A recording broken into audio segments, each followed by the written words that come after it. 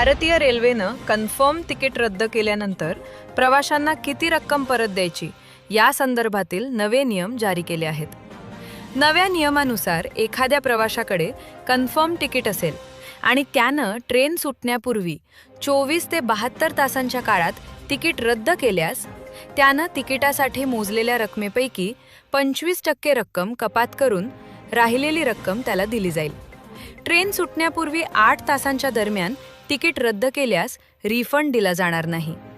एखाद्या प्रवाशाकडे रेल्वे प्रवासासाठी आरक्षित केलेलं कन्फर्म तिकीट असेल आणि त्यानं ती ट्रेन सुटण्यापूर्वी 72 तासांच्या अगोदर तिकीट रद्द केलं तर त्याला अधिकाधिक रक्कम दिली जाईल.